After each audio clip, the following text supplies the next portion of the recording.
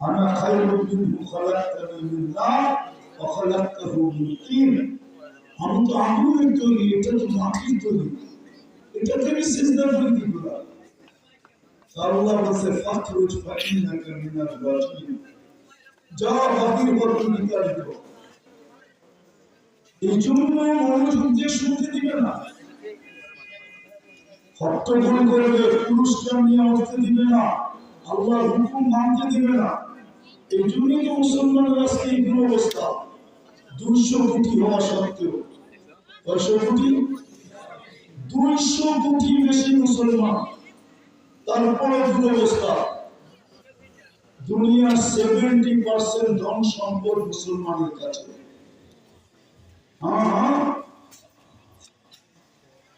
সারা দুনিয়ার 70% ধন সম্পদ মুসলমানদের কাছে। দুনিয়ার সব জিনিস মুসলমানদের কাছে বেশি। এই রায়পুরায় যত পুরান কাপড়, ব্যবহৃত কাপড় আলমারিতে আছে, ইউরোপের একটা দেশে এত কাপড় ব্যবহৃত আলমারিতে নাই। কোন শিক্ষিত লোক থাকলে আমার কথা একমত হবে। ইউরোপের কোন দেশে, এরকম দেশ আছে ইউরোপে, যে রায়পুরায় যত ব্যবহৃত কাপড় আলমারিতে এখনো রাখা আছে। এত কাপড় ব্যবহৃত ইউরোপের অনেক দেশ আছে, কারো আলমারিতে নেই। কিন্তু আমাদের সিস্টেমই হইল একটু বড় বড় পুরান কাপড় রাখার বক্স রাখা আছে রাস্তার ভিতরে, চৌরাস্তায়। অধিকাংশ কাপড়ের দোকানের সামনেই রাখা আছে। পুরানটা খুলছে, বক্সে ঢালছে, নতুনটা কিনছে, গাড়িতে বসে চলে আসছে। রাখার সিস্টেম নাই। দামি কাপড় শুধু মুসলমান পরে, বেরকুম দেখা। মেরে পূর্বার বেরকুম তো ছিল মাটি খাঁটি সোনা আদা, দামি কাপড় কিনে গাদা। কোন কাপড়ের রিসেল ভ্যালু নেই। কোন কাপড়ের রিসেল ভ্যালু আছে বলো না? আরঙ্গের থেকে কিনা পড়ো, 2 দিন পরে ফেরত নিয়ে যাও আরঙ্গে, বলবে ফেরত নেওয়া হয় না। লেখাই আছে বিক্রিত কাপড় ফেরত নেওয়া হয় না, কারণ রিসেল ভ্যালু নেই। আমাদের দেশে রিসেল ভ্যালু নেই। ওই যে বেটা 20 লাখের জুতা পরে, বাংলাদেশের পত্রিকায় আছে 20 লাখ টাকার জুতা পরে, মাথায় দেয় না পরে, আমি জানি না 20 লাখ টাকার জুতা হবে কেন? ওটারও রিসেল ভ্যালু নেই। কোন কাপড়ের রিসেল ভ্যালু নেই। এই জন্য ওরা দামি কাপড় পরে না। দামি কাপড় পরে শুধু মুসলমান। টি শার্ট পরে 1.5 লাখ 2 লাখ টাকা, গেঞ্জি পরে 60,000 70,000 80,000 টাকা। নিয়ে যাবো, পাওয়া যাবে। নরসিংদীতে আমলা পাওয়া যাবে, গেঞ্জি আছে 15-20 লাখ টাকা দামে, 20,000 টাকা দামের গেঞ্জি, 60,000 টাকা দামের গেঞ্জি, শুধু মুসলমান পরে। আচ্ছা বলেন, 150 টাকা দিয়ে তো ঘড়ি পাওয়া যায়, ঠিক না? হ্যাঁ। আর 20 লাখ টাকার তো লাডু পাওয়া যায়, ঠিক না? হ্যাঁ। লাডুতে কি টাইম ভিন্ন দেখায় না? 150 টাকারটা ভিন্ন দেখায়। টাইম তো সবটাই সমান দেখায়, ঠিক না? তোমাদেরকে বোঝানোর জন্য বলতেছি। এখন নেটে সার্চ দাও, লাডুর ওয়েবসাইটে যায়, দেখো তো তারা কিনে, লেখা আছে ওখানে। সবচেয়ে বেশি কিনে কারা? রোলেক্স কিনে কারা? খাওয়ার ভিতরে কেএফসি বেশি খায় কারা? কারা খায়? মুসলমান। ম্যাকডোনাল্ড মুসলমান খায়। দুনিয়ার পানি যতগুলো আছে, পানীয় পেপসি মেপসি যা আছে, সবচেয়ে বেশি মুসলমান খায়। তারপরে মুসলমানের এই দুরবস্থা কেন? দুরবস্থা দেখান, একটা দেখান। 1 বছর 1 মাসের উপরে ফিলিস্তিনের যুদ্ধ, 60,000-এর উপরে নিরীহ মানুষ মারা গেল, পুরা গাজা মাটির সাথে মিশে গেল। যুদ্ধ কি বন্ধ? হ্যাঁ। না চলমান? গাজার পরে কোনটা ধরছে? লেবানন, ঠিক না? যুদ্ধ কি বন্ধ? দুইটা গেল এই পর্যন্ত, গত অক্টোবর থেকে নিয়ে এই অক্টোবর পর্যন্ত জাতিসংঘের বাৎসরিক মিটিং সম্মেলন দুটা গেল, যার ভিতরে 60টা মুসলমান দেশ ছিল। তার ভিতরে 4টা দেশ এরকম ছিল যার উপরে কারো বড় টাকা নেই। কুয়েতের চেয়ে বড় টাকা দুনিয়ার কারো কাছে নেই, ব্রুনাইয়ের চেয়ে বড় টাকা দুনিয়ার কারো কাছে নেই, বাহরাইনের চেয়ে বড় টাকা দুনিয়ার কারো কাছে নেই, ওমানের চেয়ে দুনিয়ার বড় টাকা কারো কাছে নেই। এরাও ছিল, এরাও তো ছিল 200 কোটি মুসলমান হওয়া সত্ত্বেও ছোট একটা নিন্দা প্রস্তাব ইসরায়েলের বিরুদ্ধে পাশ করতে পারে না। বলুন পারছে কিনা? বলুন। বাংলাদেশের ফুল দিয়ে যথেষ্ট হয় না, প্রতিবেশীর দেশ থেকে ফুল আসে শুধু ইম্পোর্ট করা ওই দিনের জন্য। মারামারি হয় ফুল নিয়ে, না হয় না? দোকান পর্যন্ত ভাঙচুর হয়। সকালে ফোন করে বলছে আমারটা রেখে দিবি, কিন্তু বেচারা ভিড়ের কারণে ভুলে গেছে। নেতা মানুষ জয়া দিছে দোকানের ভিতরে হামলা করে, আমারটা কই ফুল রাখলি না কেন? ঠিক না? কিন্তু আমেরিকাতে দেখলাম না, ওরা তো দেখা গেলে গালে গাল লাগায় আর বলে ইউর ভাই হানি, কি আমার মধু শেষ। না ফুল দিছে, না হোটেলে নিয়ে খাওয়াইছে। ওইখানে তো স্বামীর বিল স্ত্রী দেয় না, স্ত্রীর বিল স্বামী দেয় না। বলুন যদি কেউ যায় থাকে, উন্নত বিশ্বে পশ্চিমা দেশে কোন দিন স্ত্রীর বিল স্বামী দেয় না, স্বামীর বিল স্ত্রী দেয় না। কি কেউ নাই এখানে পশ্চিমা দেশে যাওয়া? ওরা তো তোমাদের মতো করে না। 31st নাইট তো আমি অস্ট্রেলিয়া দেখলাম, কিন্তু বাংলাদেশের মতো তো দেখলাম না। ওইখানে তো সিডনিতে নির্দিষ্ট জায়গা আছে, ওইখানে উদযাপন হয়। বাকি পুরো এলাকা ঠান্ডা, যার মতো যে ঘুমাইতে চায় ঘুমাইতেছে, চলতে চায় চলতেছে। কিন্তু বাংলাদেশের মতো তো মাথার মধ্যে দেখলাম না। কি রায়পুরে মাথার হয় না 31st নাইটে? এরকম তো দেখলাম না। তারপরে তোমাদের দাম নাই কেন? আমাদের দাম নাই কেন?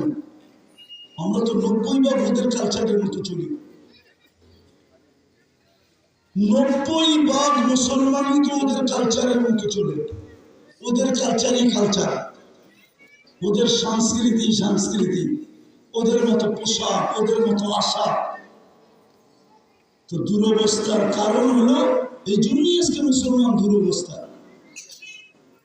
কিন্তু এটাই সত্য যুবক, তোমার পায়ে হাত রেখা বলি, আমি দুনিয়া ঘুরা বলতেছি, যদিও চলে আসছি পুরা দুনিয়া, কিন্তু আমার ঘুরা শেষ। 7 মহাদেশ দেখা শেষ। উন্নত দুনিয়ার একটা দেশ বাকি আছে, শুধু নিউজিল্যান্ড, এছাড়া সব দেখা শেষ। কোন উন্নত দুনিয়া আমার বাকি নেই, আমি দেখিনি। এই জন্য বুঝাইতে বলতেছি, যতই ওদের রঙে রঙ না কেন, তোমাকে ওদের দেশে যাইতে হলে বান্ডেল গুনতে হবে, এছাড়া তুমি যেতে পারবে না। কত ছেলের তো কবর হয়ে গেল সমুদ্রের ভিতরে এই পর্যন্ত, না হয় না? লিবিয়ার থেকে ইটালি যেতে যে কত মিনিট কবর হয়ে গেল। কি লিবিয়া বিনা পয়সায় গেছে না ইটালি বিনা পয়সায় যায়? কয়জন যায় বৈধ রাস্তা, আর অবৈধ রাস্তায় কয়জন যেতেছে? আমেরিকা যেতে হলে এখন 50 লাখ টাকা লাগে, তাও তো মেক্সিকোর জঙ্গল দিয়ে বাড়াইতে হবে। তোমাকে বিনা পয়সা দিবে না। রাগ হয়ে গেলে আমাদের দেশের সুশীল সমাজ, চিনি আমি বিত্তশালীদেরকে, বাংলাদেশের বড় বড় ব্যক্তিত্ব চিনি, বহুবার বহুত জনের লোক এয়ারপোর্টে দেখা হয়েছে, 2-3 ঘন্টা এয়ারপোর্টে দাঁড়া করা রাখছে। কেননা ওর পাঁচমুখ যখন পাঁচ করছে, মেশিনে দিছে তো বাহির হয়ে আসছে মুসলমান। কেননা ধর্ম ইসলাম লেখা কি, যখন ওকে দেখছে তো দেখতেছে আমাদের চেয়ে বেশি আপডেট। মুসলমান আমাদের চেয়ে বেশি আপডেট সন্দেহ আল্লাহ ঢুকায় দিছে, বলছে আপনি বসেন 2 ঘন্টা 3 ঘন্টা দেখার পরে সব গাটার পরে পরে ছাড়ছে এইবার যান। কিন্তু আমরাও দাঁড়ায় দেখছি পাসপোর্টে যা লেখা আছে সিল মারা আছে, বিলকুল ঠিক না? কি মারা? যেটা পাসপোর্টে লেখা ওটাই কি সিল মারা। পাসপোর্ট পাঞ্চ করছে আর বলছে ইউর গো, তুই চল। কেননা তোর ভিতরে কোনো সন্দেহ নাই, যেটা দেখতেছি ওটাই লেখা আছে। আর ওনাকে দেখছে লেখা আছে একটা রূপরেখা, সন্দেহ ঢুকছে কোন খারাপ মতলব নিয়ে আমাদের দেশে আসলো কিনা। সত্য তো ওটাই, তুমি যতই সাজো না কেন ওদের মনে তুমি জায়গা করতে পারবে না। কেননা অনলাইনে তুমি যে মুসলমান এটা ওদের কাছে চলে গেছে, তোমার রূপরেখা দেখা ওরা তোমাকে কোনোদিন মনে করবে না। আজকে মুসলমানের দুরবস্থার কারণ হলো আল্লাহকে না মানা। আল্লাহকে যদি মুসলমান মানার মতো মানত, যে আল্লাহ মুসলমানের ঘরে নির্বাচিত করছে, যে আল্লাহ বন্ধুর উম্মত বানাইছে, এই জন্য শয়তান চাবে না যে আজকে পুরস্কার নিয়ে উঠি। আর না মানার কারণে আমাদের এই দুরবস্থা। নাহলে মুসলমানের এই দুরবস্থা হওয়ার কথা না। যাদের রবকে কি রব? আরে আমাদের রবকে শুধু আল্লাহ। শুধু আল্লাহ যদি আমাদের রব হলে তো হয়তো তাহলে তো মনকে বুঝাইতে পারতাম। শুধু আল্লাহ তো আমাদের রব না। রব মানে কি? আমাদের পালন কর্তা, রক্ষণাবেক্ষণ কর্তা, সবকিছুকে শুধু আল্লাহ না। আমাদের রব শুধু আল্লাহ না। আল্লাহ আছেন, আল্লাহ অবশ্যই, কিন্তু সাথে সাথে আরো আছে। আরো দেখাইতেছে কোন আল্লাহ, শুধু এক শব্দের আল্লাহ না। আমাদের রব যিনি, উনি নিজের পরিচয় দিচ্ছেন যে তোমাদের রবকে চিনো। আল্লাযী লা ইলাহা ইল্লা হু আর রহমানুর রহিমুল মালিকুল কুদ্দুসুস সালামুল মুমিনুল মুহাইমিনুল আসিসুল জব্বারুল মুতাকাব্বিরুল খালিকুল বারিউল মুসাব্বিরুল গফফারুল কাহ্হারুল ওয়াহ্হাবুর রাজ্জাকুল ফাত্তাহুল আলিমুল قابض الباسط الخافض الرافع المؤز المذل السميع البصير حكم العدل اللطيف الخبير الحليم العظيم الغفور الشكور العليم الكبير حفيظ المقيت الحسيب الجليل الكريم الرقيب المجيب الواسع الحكيم الودود المجيد الباعث الشهيد الأقل وكيل القبيل المكين الملك الحميد الموصي المبدي المعيد المبدي المعيد الحي والقيوم الماجد الماجد الواحد الأحد الصمد القادر المقتدر المقدم المؤخر الأول والآخر الظاهر والباطن الوالي المتوالي البر التواب المنتقم العفو الرؤوف مالك الملك ذا الجلال والإكرام المقسط والجامع والغني والمغني المانع الضار النافع النور الهادي النبي والباقي الوارث والرشيد الصبور জল্লে জালালু 99 পদের মালিক যিনি, উনি আমাদের রব। এক পদের মালিক না, শুধু আল্লাহ না, সাথে সাথে 99 পদের মালিকও আমাদের রব। আল্লাহর পরিচয় দিয়েছেন আল্লাহকে, উনি আমাদের রব। ওদেরই দুরবস্থা হয় কি করে? বন্ধুর উম্মত হওয়ার পরে যদি দুরবস্থা হয়, তাহলে মনকে বুঝাবো তো বুঝাবো কি করা? প্রবাদ বাক্য তো বলে বন্ধুর বন্ধু বন্ধু। আমাদের দুরবস্থা হয় কি করে? 1 বছর 1 মাসের উপরে যুদ্ধ। আপনারা ফিলিস্তিন দেখেন না, এই জন্য আপনাদের অনুভূতিটা কম। ফিলিস্তিন আমি 14 বছর আগে দেখছি। বিদায় আপনারা ফিলিস্তিন দেখেন না, 14 বছর আগে আমি ফিলিস্তিন দেখছি। আমি তো সারাদিন ভাবি যে এখানে ইব্রাহিম খলিল ঘুমাইতেছেন, ওইখানে বোম ফাটে তো ফাটে কি করে? না ফাটে না? ফাটে না? হ্যাঁ, ওইখানে তো ইব্রাহিম খলিল ঘুমাইতেছেন, মাদিয়ে খলিল ফিলিস্তিনে। নেটে সার্চ দেন না এখন, ওয়াদি খলিল ফিলিস্তিনে, যেখানে মুসা আলাইহিস সালাম ঘুমাইতেছেন, ওয়াদি মুসা ফিলিস্তিনে, যেখানে 70 জন নবীরা ঘুমাইতেছেন। চিহ্নিত কবর 70টা, চিহ্ন ছাড়া অনেক নবীরা তো কবরে জীবিত। ওইখানে বোম ফাটে কি করে? ওইখানে মিসাইল ফাটে কি করে? ওইখানে মিসাইল পড়ে তো পড়ে কি করে? আমাকে বুঝান, যেখানে ইসলামের প্রথম কেবলা, যেখানে 1.25 লক্ষ নবীদের সম্মিলন হয়, সব বাদে দিলাম সম্মিলন, যেখানে দুজাহানের বাদশাহ ইমামতি করেন, বাইতুল মুকাদ্দাসে ইমামতি করছেন, ওইখান থেকে আরশের দিকে গেছেন, যেখানে মুহাম্মদুর রাসূলুল্লাহ পা রাখে, আরে হাত দিয়ে ছোঁয়া দিলেই তো আগুন জীবনে কোনোদিন জ্বালাইতে পারে না। আনাস ইবনে মালিক রাদিয়াল্লাহু তাআলা আনহু দস্তরখান খাওয়ার পরে হাত মুছছিলেন, হাত, উনি জীবনভর এটাকে পানি দিয়ে পরিষ্কার করেন না, ময়লা হয়ে গেলে আগুনে নিক্ষেপ করতেন, আগুন ময়লাকে ছাই বানায় দিত, উনি বাহি করে ঝাড়া দিতেন, ফকফকে হয়ে যেত। বন্ধুরা জিজ্ঞাসা করতো, আনাস এই জাদু থেকে শিখলাম? বলে এটা জাদু না, এটা মুহাম্মদুর রাসূলুল্লাহর হাতের ছোঁয়া। ওইখানে তো হাতের ছোঁয়া লাগে না, পুরো অস্তিত্ব লাগছে না। বাইতুল মুকাদ্দাসে অস্তিত্ব লাগে না, না লাগে না? ওইখান থেকেই তো মেরাজে গেছেন। ওই জমিনে বোম ফাটে তো ফাটে কি করে? কি করে ফাটে? আরে আমাকে বুঝান না। এই জন্যই ফাটতেছে যে মুসলমান আজকে মানতেছে না, আল্লাহকে মানে না। যদি মানত তাহলে যুবক কোনোদিন নেটে দেখা 50 টাকার চুল 300, 500, 1000 দিয়ে কাটতো না। ও তো 50 টাকা দিয়ে চুল কাটতো, 250 টাকা দিয়ে মিষ্টি খাইতো আর খাওয়াইতো, অথবা পিজা খাইতো। বন্ধুরা যদি জিজ্ঞাসা করতো, চুল কেটে পিজা খাস কেন? খুশিতে খাইতেছি। আরে কিসের খুশি? আল্লাহর আদর্শ মতো, নবীর আদর্শ মতো চুল কাটছে। চুলের বদলায়, প্রত্যেক চুলের বদলায় সওয়াব পাবো। ওই খুশিতে পিজা খাইতেছি, ওই খুশিতে মিষ্টি খাইতেছি। আরেকটা খুশির খবর শোনাবো তো বন্ধুকে বলতো, আরেকটা তোকে শোনাবো।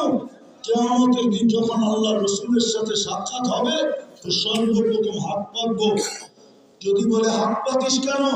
আপনার আদর্শে চুল কাটছি, দুনিয়াতে তো মিষ্টি খাইলাম, ঠিক আছে, আপনি কি দিবেন দেন না?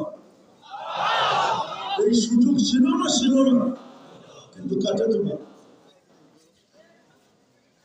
তো সমীহা করে তো করে কি করলাম? কথা শেষ জায়গায় এসে বসছি, সব বাদ দিলাম। সারাদিন বুক করেন কাঠটা, আরে কাঠটা বুক করেন। শিক্ষিত কাঠটা বুক করে, অশিক্ষিত কাঠটা বুক করে, শিল্পপতিরা কাঠটা বুক করে, প্রত্যেক ব্যক্তি কাঠটা বুক করে, নারী পুরুষ কাঠটা বুক করে। অক্সিজেন কার নেন? কয় লিটার নেন? 550 লিটার ডেলি নেন, 550 লিটার। আপনার বিজ্ঞান বলে, কোরআন বলে না। 550 লিটার নেন। স্বাভাবিক শ্বাস প্রশ্বাস ডেলি কয়বার নেন বলেন? 1,60,000 বার। 80,000 বার নেই, 80,000 বার ছাড়ি। হ্যাঁ, 86,400 সেকেন্ডে 24 ঘন্টা হয়। আপনি 24 ঘন্টা 80,000 বার নেন আর 80,000 বার ছাড়েন। বাংলাদেশের শিল্পপতি বাংলাদেশের মানুষকে বুঝেছিলেন, কিন্তু বাংলাদেশের মানুষ বোঝে না। 2020-এ বাংলাদেশের প্রথম কাতারের শিল্পপতি বুঝেছিলেন, যখন ভেন্টিলেটারে ছিলেন। চায়নার ডাক্তারদের টিম যখন তার কামরায় ঢুকছে, তো সে বলছিল, আমাকে স্বাভাবিক শ্বাস নিতে দাও, আর কিচ্ছু করতে হবে না, আমি আমার এন্টার সম্পত্তি তোমাদের নামে লেখা দিব, কোন কোম্পানি তোমাদের নামে লেখা দিব, নাম সহ পেপারে আছে, মিডিয়া আছে। কাঠটা বুক করেন সারাদিন। হ্যাঁ, না বড় লোকরা কিনায় না বুক করে। কার অক্সিজেন বুক করে? ডেলি 36 বার কে কিডনি ডায়ালিসিস করে? ডেলি 36 বার যুবক তোমার আমার কিডনি কুদরত দিয়া ডায়ালিসিস হয়, কুদরত দিয়া। স্বাভাবিক মানুষের কিডনি ডেলি অটো ডায়ালিসিস হয় 36 বার, পার 40 মিনিট একবার কমপ্লিট হয়। তুমি বসে আসো, তোমার কিডনি ডায়ালিসিস হইতেছে। যাও জিজ্ঞেস করো একবার ডায়ালিসিস করতে কয় ঘন্টা লাগে, যাও নরসিংদীতে যে জিজ্ঞেস করো, যদি নরসিংদী না পাওয়া যায় ঢাকা যায় জিজ্ঞেস করো একবার ডায়ালিসিস করতে কয় ঘন্টা লাগে। 4 ঘন্টা লাগে, 4 ঘন্টা। আবার টাকাও লাগে, টাকা। কাঠটা সারাদিন বুক করি, নারাজ হবে না তো হবে না কেন? ওই আল্লাহ ডেলি 5 বার ডাকে, 5 বার। কয়বার? সবগুলো বাদিয়ে দিলাম, 5 বার ডাকে কে? হ্যাঁ, 90 বার মুসলমান নামাজ পড়ে। এইখানে বেশিরভাগ যুবক আছে, আসর নামাজ পড়ে না, মাগরিবও পড়ে না, আসরও পড়ে না, জোহরও পড়ে না, ফজর তো পড়েই নেই, পড়েই নেই। রাত হলো না, তোমাদের পায়ে হাত রেখে তোমাকে কে ডাকছে? এই জন্যই তো রোগী খানা ধরিয়ে দেয়, স্বভাব লাইকা স্বভাব। যুবক, যৌবন যেন তোকে বেশি দিন দিন না করে। কত যুবককে তোমরা যৌবন সহ কবরের মাটিতে প্যাক করে দিচ্ছে, ইচ্ছা করলে তোকেও প্যাক করে দিতে পারে। আজকে সূর্য রায়পুরায় বলতে বলতে ডুবছে, রায়পুরার মানুষ কাল সকালে তোমরা কেউ আমাকে উঠতে নাও দেখতে পারো। দুনিয়া শত জমিন আমার দেখা আছে, শত জায়গা আমার দেখা আছে। যারা রাত্রে ঘুমাইছিল বিতনা বিল আফিয়া, ফুর্তি করতে করতে রাত্রে ঘুমায় গেছে, সকালে উঠা দেখে হাবিয়া, দুজনে চলে গেছে। যাও তোমাদেরকে অ্যাড্রেস দিই, তোমাদের রায়পুর আর কয় হাজার কিলোমিটার? রায়পুর আর কয় হাজার কিলোমিটার? আরে বলো না, রায়পুর আর কয় হাজার কিলোমিটার বলো? আরে বলো না, একটা থানাই তো, ঠিক না? हाँ, जाओ जॉर्डन देखा আসো, डेड सी कौमे लूत के যেখানে ধ্বংস করছে দেখা আসো। যাও দেখা আসো কৌমে আদ কে যেখানে ধ্বংস করছে, যাও দেখা আসো কৌমে সালেহ কে যেখানে ধ্বংস করছে। আমি চোখে দেখে বলতেছি, চোখে দেখে, চোখ ছাড়া। 103টা হয়ে গেছে আলহামদুলিল্লাহ। হ্যাঁ, একটার ভিতরে 18-19 বেড়ে গেছে, 103টা দেখা শেষ। আমি ব্যথার থেকে বলতেছি, রায়পুরে বলতে বলতে ডুবছে আজকে, কাল সকালে কেউ আমাকে উঠতে নাও দেখতে পাবো। ডিসেম্বরে তুর্কিতে এক শহর মাটিতে শোয়া খেয়ে চলে গেছে, 1.5 লক্ষ মারা গেছে, 1.5 লক্ষ। রায়পুরে হলে আর কতটি হবে? 2-4-10 কোটি হবে। ঠিক, জনসংখ্যা 10 কোটি হবে না? কয় কোটি? হ্যাঁ, 10 লাখ মাটিতে মিশাইতে আল্লাহ সময় লাগে না। আল্লাহ বলেই দিছে, আমি জমিনকে হুকুম দিতে দেরি এখান থেকে কেউ উঠা দিতে পারবে না। কসম খোদা, উঠা যে দাঁড়াবে এই সুযোগও পাবে না। আল্লাহ বলে, আমি জমিনকে হুকুম দিতে দেরি তোকে পেটে নিতে দেরি করবে না। আমি সমুদ্রকে হুকুম দিতে দেরি তোকে তলদেশে নিতে দেরি করবে না। আপনি বলবেন সমুদ্র তো কক্সবাজার, আমরা তো রায়পুরা। আপনি বলবেন সমুদ্র তো হলো সেই কুয়াকাটা, আমরা তো রায়পুরা। আপনি বলবেন সমুদ্র তো হলো সেই খুলনা, আমরা তো রায়পুরা। হুকুম দিতে দেরি, এখানে পৌঁছতে দেরি করবে না, উঠতে সময় দিবে না। আল্লাহ তো কি? আল্লাহ, আল্লাহ তো আল্লাহ। আল্লাহ বলে, আমার তুল মালাইকা না হালাকাতকা, ফেরেশতাকে হুকুম দিতে দেরি করে সাইজ করতে দেরি করবে না। ভালো মতে বুঝি, আজকে আল্লাহ না মানার কারণে, রসুল তো বাদিয়ে দিলাম, আল্লাহকে মানে না, রসুলকে থেকে মানবে। আল্লাহকে মানলে না রসুলকে মানবে? আল্লাহই তো মানে না, রসুল কোত্থেকে মানবে? রসুলকে যদি মানত তাহলে আমার সমাজের এই অবস্থা হতো? বলেন, রাগ হয়ে গেলেন? পায়ে হাত রাখি এই অবস্থা হতো না। অথচ ওই রসুল যে আরো সে যে আমাদেরকে বলে না, আমাদের চেয়ে বড় নিমক হারামকে। আপনি শুধু মুখে মুখে বলেন রসুলকে ভালোবাসি, এটা ভালোবাসার প্রমাণ যে আপনি বিয়া রসুলের আদর্শ মতো না? শুধু রায়পুরা কেন, বাংলাদেশের কোনো হুজুরও আমাকে লেখা পাঠাইতে পারবে না, হুজুরের স্ত্রীও লেখা পাঠাইতে পারবে না যে বাসর রাতের সাজ হুজুরের স্ত্রী ফাতেমা রাদিয়াল্লাহু তাআলার মতো সাজ ছিল। চ্যালেঞ্জ, চ্যালেঞ্জ দিলাম, কোন হুজুরের বউ চিঠি লেখা পাঠাইতে পারবে না।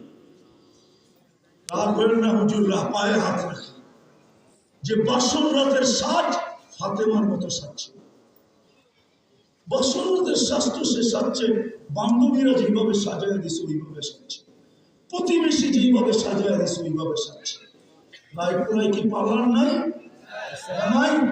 সে পার্লারে যে ডিজাইন দেখছে ওই ডিজাইনে সেই যাচ্ছে। ফাতেমা কি বাসর রাতে সাজে না? না সাজে না। যদি ফাতেমার সাজে সাজত, অথচ ওই রসুল যিনি আরশে জিয়া বলেন, আমাদেরকে আরশে বলেন না, বললে আপনি আত্মাহিয়াতের ভিতরে পড়েন কি করে ওয়ালা ইবাদিল্লাহিস সালিহিন? এটা তো আল্লাহর রাসূল বলছিল। আল্লাহ তো বন্ধুকে সালাম দিয়েছে, আর কাউকে দেয় না। বলছে আসসালামু আলাইকা আইয়ুহান নাবিয়্যু ওয়া রাহমাতুল্লাহি ওয়া বারাকাতুহু। নবী তো চিৎকার দিয়েছেন আমাকে সালাম উম্মত। বলছে এইখানে উম্মত, এইখানে উম্মত। তো বলছে এইখানে উম্মত না আসলে কোথায় আসবে? এত কাছে কবে হবো? এরকম নিবিড় পরিবেশ কবে পাবো? এত কাছে কবে হবো?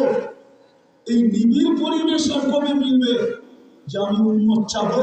আমি তো উম্মত এখনই চাবো। বলছে কি চাবেন উম্মতের জন্য? তখন বলছে ওয়ালা ইবাদিল্লাহিস সালিহিন। আমাকে যতটুকু দিলেন আমি উম্মতের জন্য এতটুকু দিলাম। ওই উম্মত আজকে নবী ছিলেন, খালি বলে মহব্বত করে। আসতেছে দিন, আসতেছে, হাউজে কাউসারে যাবেন, দাঁড়াবেন, ওইখানে ঘোষণা হবে সুবকান সুবকান লিমান তাইয়ারা বাদ, সরো দূরে। আর ওইখান থেকে যে বিতাড়িত হবে আর কোথাও দাঁড়াইতে হবে না, সিধা জাহান্নাম যাওয়া ছাড়া আর কোনো রাস্তা থাকবে না। আর ওইখানে যে হাউজে কাউসার মিলবে, এটাই প্রমাণ হবে ওকে আর কোথাও কেউ ঠেকাইতে পারবে না, ও তো সিধা জান্নাতে যাবে। কেননা যেই পেটে হাউজে কাউসার যাবে ওই পেট দুচোখ ধারণ করার ক্ষমতা রাখে না। এটাই প্রথম প্রমাণ যে ও বেঁচে যাবে। হাউজে কাউসারের এক ফোঁটা জান মিলবে। আজকে নবীর মোহাম্মত বলি, লাভ হয় না, নবীকে কতটুকু মানি, অথচ দুনিয়া আসতে দেরি, মাত্র চাদরে রাখা হলো, ডাইন দিকে হয়ে সেজদায় যেতে তো দেরি করবেন না। সেজদায় তো জানে আমাদেরকে মেসেজ দিছেন উম্মত নামাজ, আই সেই মেসেজ দিছেন। যাওয়ার সময় চিৎকার দিছেন আসসালাহ আসসালাহ ওয়া মা মালাকাত আইমানুকুম। আসেন, ওই আল্লাহ ডাকে 90 ভাগ নামাজ পড়তে আসেন। সারাদিন বুক করে কাটতাম, হ্যাঁ আজও যে বেঁচে আছেন শুকরিয়া আদায় করেন। ওটাও বেঁচে আছি শুধু নবীর কারণে, মুহাম্মদুর রাসূলুল্লাহর কারণে বেঁচে আছি। ওনার সাথে অঙ্গীকার হয়েছে আপনার উম্মতকে সমূলে ধ্বংস করব না, এই জন্য বেঁচে আছে। নইলে বহুত আগে ধ্বংস হয়ে গেল। যাদেরকে 5 বার ডাকে কোন উম্মতকে আল্লাহ ডাকেন না এই পর্যন্ত, শুধু উম্মতে মুহাম্মদই ছাড়া। এই জন্য পায়ে হাত দিয়ে আপনি আসেন, চলে যেতে হবে আল্লাহর কাছে। দুনিয়ার কোনো কাঠ চলবে না। যদি চলতো, আমি তো বলি একটা কাঠ চলত। কয়টা কাঠ? কয়টা কাঠ? একজনের জন্য চলতো, একটা কাঠ চলতো। একটা কাঠ কয়জনের জন্য চলতো? শুধু একজনের জন্য চলতো, আবু তালেবের জন্য মুহাম্মদুর রাসূলুল্লাহর কাঠ চলত। কার জন্য? আবু তালেবের জন্য মুহাম্মদুর রাসূলুল্লাহর কাঠ চলত। কাঠ। রায়পুরার মানুষ, আপনি আম্মা জানের কবর দেখেন না, আপনাকে আমি বুঝাবো কি করে? না হুজুরদেরকে বুঝাইতে পারবো, না সাধারণকে বুঝাইতে পারবো। আপনি আম্মা জান আমিনার কবর দেখেন না, আমি দুইবার দেখছি। বিদা আপনাকে আমি বুঝাইতে পারবো না। 6 বছরের ছেলেটা যখন পাহাড়ের উপরে, মা ডাইকা বলতেছে, ছেলেটাকে ডাইকা বলতেছে, কুল্লু হাইয়িন মাইয়িতুন ওয়া কুল্লু জাদীদিন বাদ।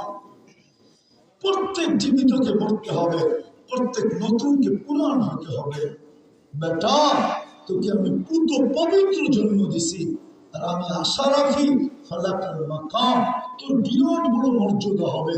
তোর জন্ম পেটে আসার থেকে নিয়ে এই পর্যন্ত আমি যা দেখছি আর দেখতেছি, আমি এটাতে বিশ্বাস করি তোর বিরাট বড় একটা মাকাম হবে, উচ্চ মর্যাদা হবে।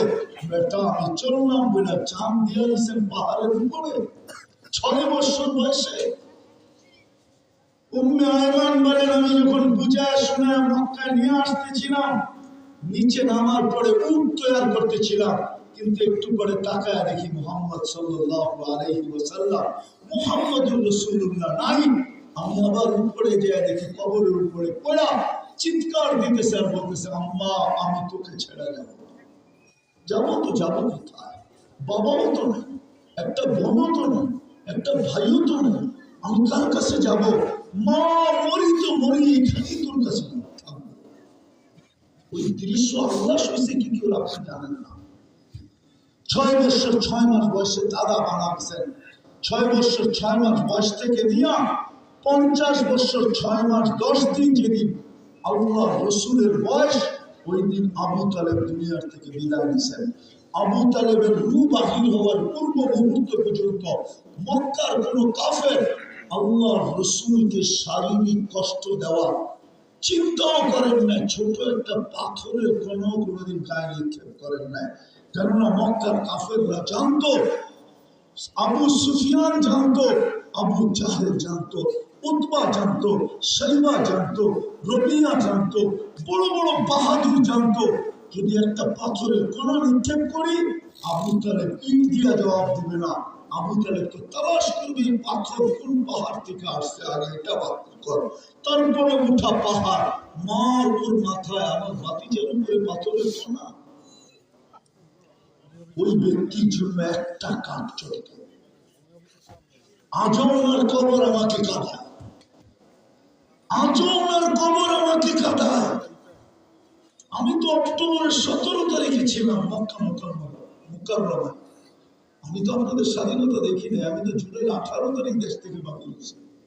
ফিরছি আগস্টের 18 তারিখ সকালবেলা 9টায় আমার লেনদেন ছিল। 2-3 দিন ছিলাম দেশে, আবার চলে গেছি। আমি আসছি সেপ্টেম্বরের 22 তারিখে কোরিয়ার থেকে। আগস্টের 17 তারিখে তো আমাকে কাঁদাইছে।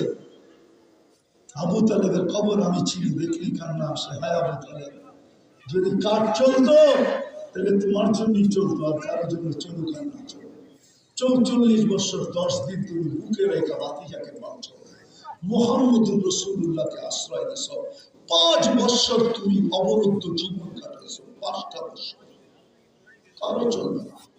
চলেন আসেন শেষ কথা, তওবা করি আজকে।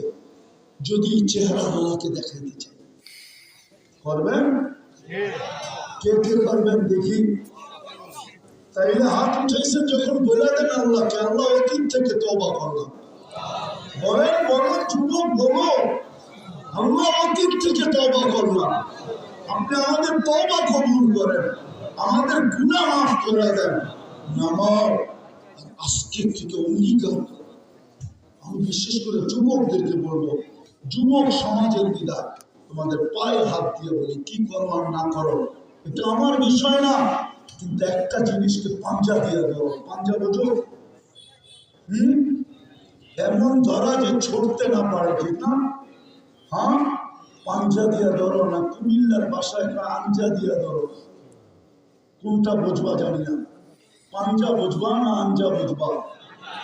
পাঞ্জা দিয়ে ধরো, আজকের থেকে অঙ্গীকার করো, যা করো আর না করো নামাজ ছাড়ো না। ওয়াদা পাক্কা? আল্লাহ আমাদেরকে আমল করার তৌফিক দান করেন।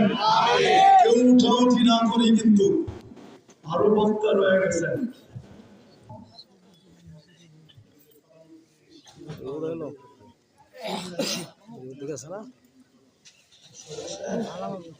ছবি দেখি